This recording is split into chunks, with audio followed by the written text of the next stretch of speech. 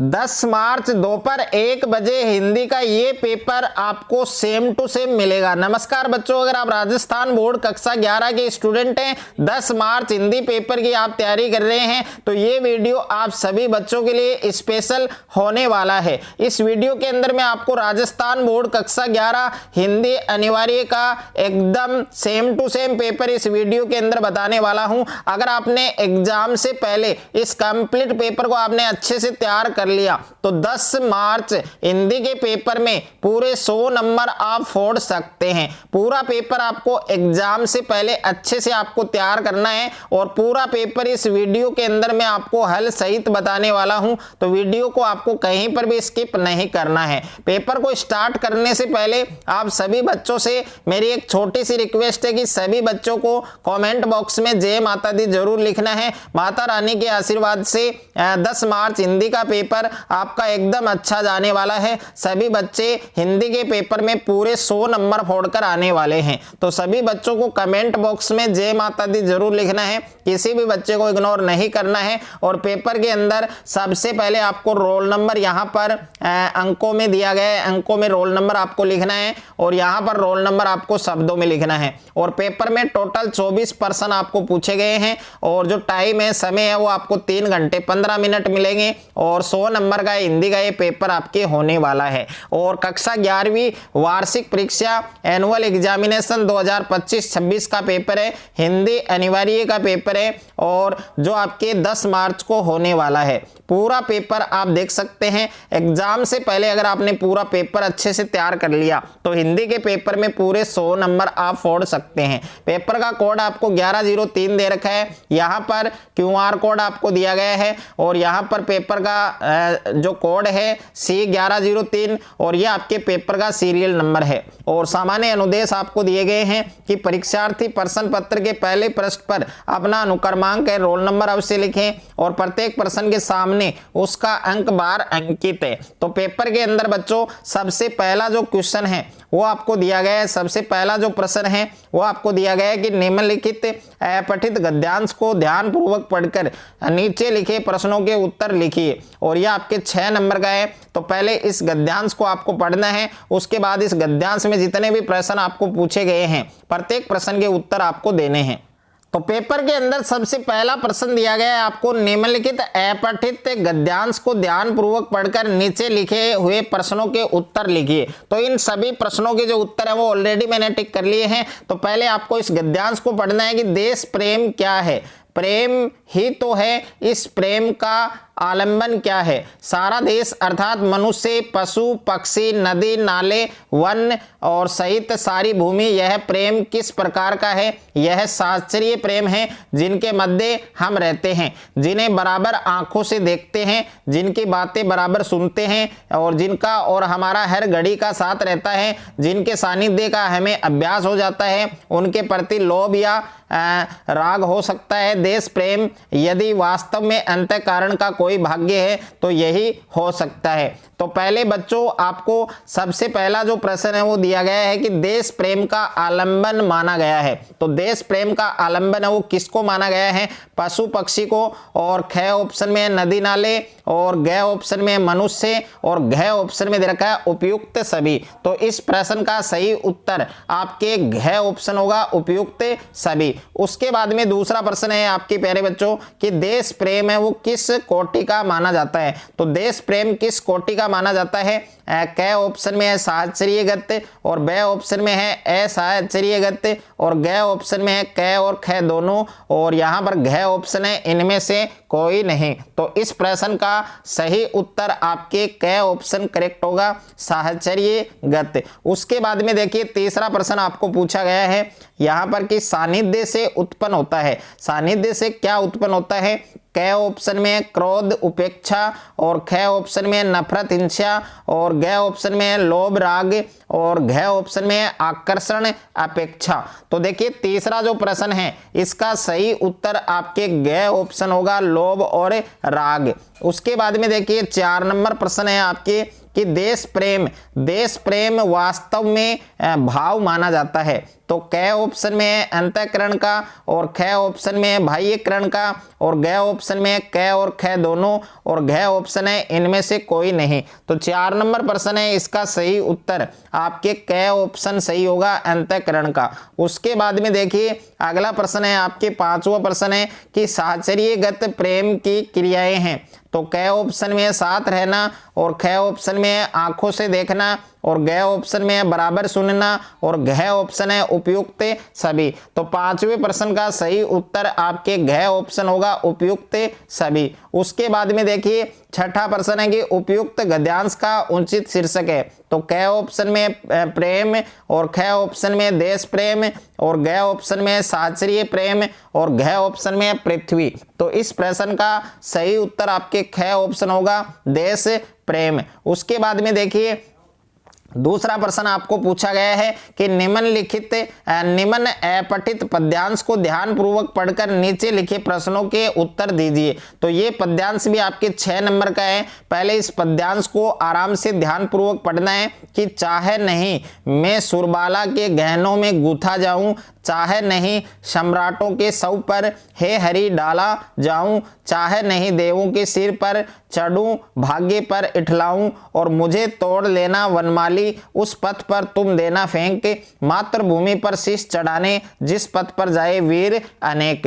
तो इस पद्यांश को, इस काव्यांश को पहले आपको ध्यानपूर्वक पढ़ना है। उसके बाद इसमें आपको पहला प्रश्न पूछा गया है कि कवि किसकी इच्छा का वर्णन कर रहे हैं। तो यहाँ पर क ऑप्शन में पेड़, ख ऑप्शन में वीर, और ग ऑप्शन में पुष्प, और घ ऑप्शन में वनमाली। तो देखिए पहला जो प्रश्न है इसका सही उत्तर प्यारे बच्चों आपके ग ऑप्शन होगा, पुष्प। उसके बाद में देखिए दूसरा प्रश्न है आपके कि पुष्प की अभिलाषा है। तो क ऑप्शन में है सुंदरी के बालों में सजना, और ख ऑप्शन है सम्राटों के शव पर चढ़ना, और घ ऑप्शन है ईश्वर को अर्पित करना, और घ ऑप्शन है वीरों के रास्ते में सजना। तो देखिए दूसरा जो प्रश्न है इसका सही उत्तर आपके घ ऑप्शन सही होगा, यानी वीरों के रास्ते में सजना। ओके।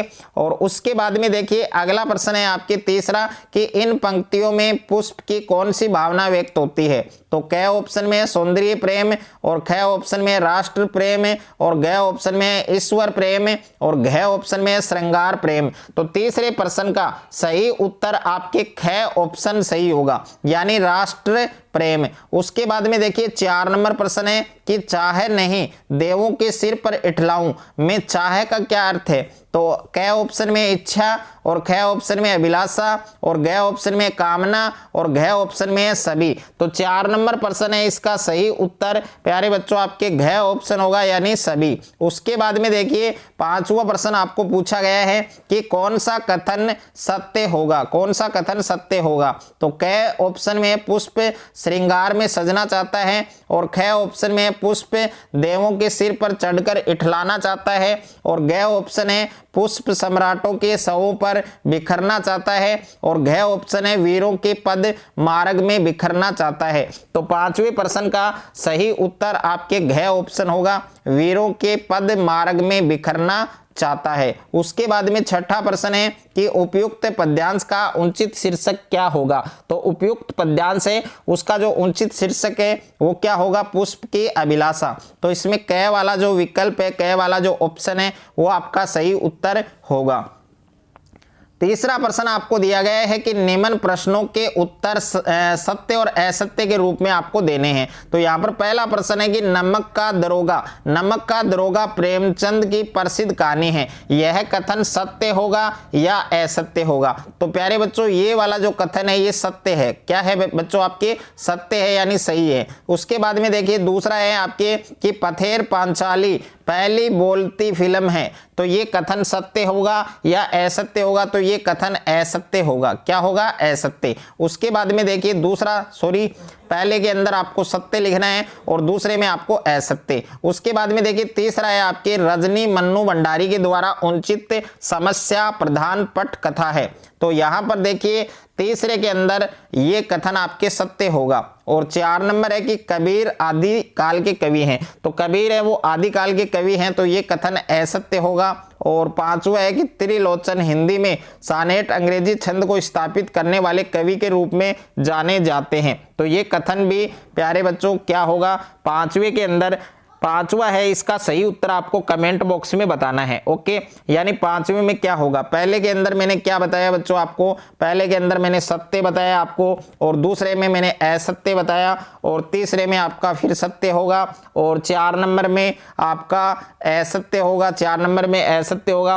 और जो पांचवा है बच्चों, इसमें क्या होगा आपके, यहां पर देखिए पहले के अंदर मैंने सत्य बताया, दूसरे में आपके असत्य होगा, और तीसरे में आपका होगा सत्य, तीसरे में क्या होगा बच्चों, सत्य होगा। और 4 नंबर है कबीर आदिकाल के कवि हैं, तो कबीर आदिकाल के कवि है, ये असत्य होगा। ओके, और 5 नंबर है त्रिलोचन हिंदी में सानेट अंग्रेजी छंद को स्थापित करने वाले कवि के रूप में जाने जाते हैं, तो इसमें बच्चों क्या होगा, सत्य होगा, क्या होगा, सत्य। उसके बाद में देखिए 4 नंबर प्रश्न है कि रिक्त स्थानों की पूर्ति कीजिए, तो इसमें पहला प्रश्न है कि मीरा की भक्ति है, मीरा की भक्ति है वो किसकी है, मीरा की भक्ति है वो किसकी है, प्रेम भाव की है, तो इसमें प्रेम भाव आएगा। और दूसरा है आपके घर की याद कविता किसकी है, घर की याद कविता है वो किसकी है, भवानी प्रसाद मिश्र की है, तो इसमें भवानी प्रसाद मिश्र आएगा। उसके बाद में तीसरा है कि हिंदी में गजल विद्या अपनाने का श्रेय वो किसको दिया गया, तो किसको दिया गया, दुष्यंत कुमार को, तो इसमें दुष्यंत कुमार आएगा।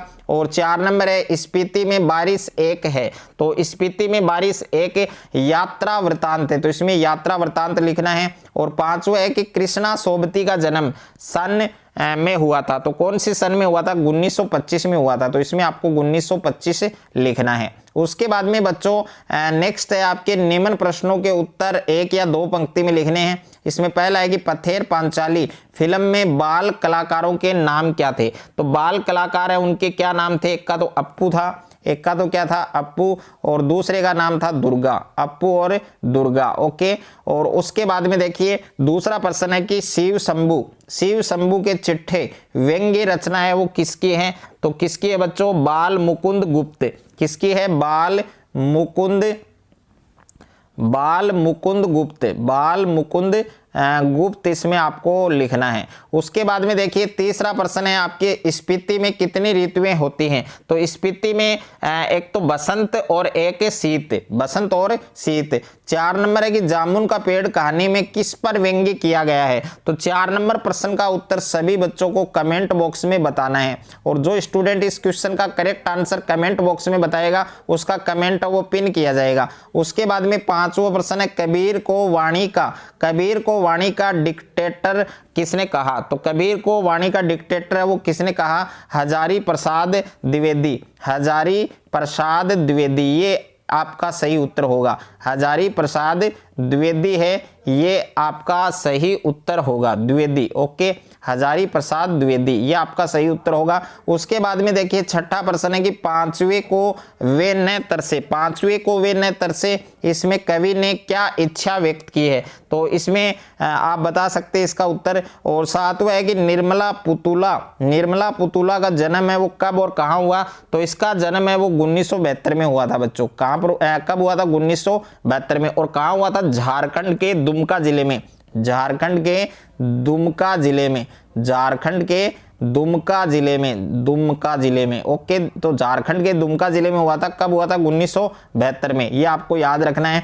उसके बाद में देखिए 8वां प्रश्न है आपके कि लता की लोकप्रियता का मुख्य मर्म क्या है। 9वां प्रश्न है राजस्थान की रजत बूंदे हैं वो किन्हें कहा गया है। 10वां प्रश्न है आलो आधारी रचना किस भाषा में लिखी गई, तो आलो आधारी भाषा जो रचना है वो कौन सी भाषा में लिखी गई थी, बांग्ला भाषा में, कौन सी भाषा में, बांग्ला में। ओके, और उसके बाद में अगला प्रश्न है आपके 6 नंबर प्रश्न है कि कुमार गंधर्व ने लता को बेजोड़ गायिका और युग का चमत्कार क्यों कहा। 7वां प्रश्न है कोई हर दिन सोने का अंडा देने वाली मुर्गी की कहानी चरितार्थ करती है कैसे। 8वां प्रश्न है महेश पढ़ता और गीता खेलती है, प्रयुक्त वाक्य में कौन सा वाक्य है उसकी परिभाषा भी आपको लिखनी है। और 9वां प्रश्न है आपके कि पथेर पांचाली फिल्म के निर्देशक को फिल्म निर्माण में किन किन समस्याओं का सामना करना पड़ा। 10वां प्रश्न है भारत माता के प्रति नेहरू जी की क्या अवधारणा थी। 11वां प्रश्न है मीरा ने सहज मिले अविनाशी क्यों कहा। और 12वां प्रश्न है सबसे खतरनाक होता है मुर्दा शांति से भर जाना। पंक्ति का जो भाव है वो आपको स्पष्ट करना है। प्रश्न संख्या 13 है निर्मला पुतुल ने आओ मिलकर बचाएं कविता में किसका चित्रण किया है। और प्रश्न संख्या 14 है रजनी पटकथा के उद्देश्य को स्पष्ट करते हुए प्रमुख पात्र रजनी के चरित्र चित्रण है वो आपको करना है। और इसके अथवा में प्रश्न दिया गया है बच्चों कि नमक का दरोगा कहानी के प्रमुख पात्र वसिंदर के चरित्र की प्रमुख विशेषताएं बताइए। प्रश्न संख्या 15 है घर की याद कविता का मूल भाव स्पष्ट करते हुए बताइए कि घर से अलग होकर आप किस तरह याद करते हैं।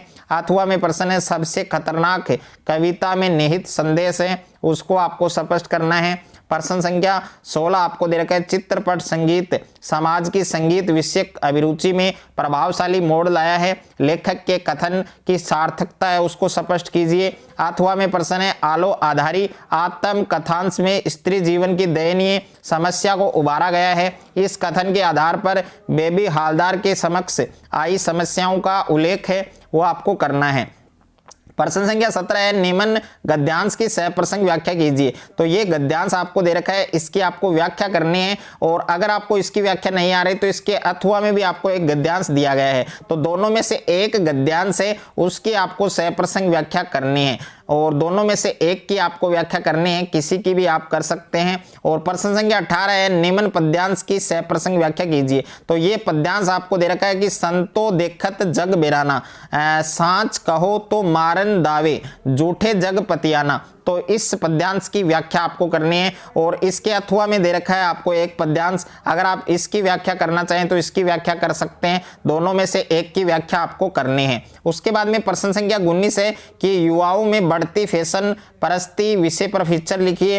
प्रश्न संख्या 20 है विद्यालय में मनाए गए कैरियर डे पर एक प्रतिवेदन तैयार कीजिए। प्रश्न संख्या 21 है निम्न शब्दों के पर्यायवाची शब्द लिखिए। तो बादल के पर्यायवाची शब्द लिखने हैं और चंद्रमा के पर्यायवाची शब्द लिखने हैं।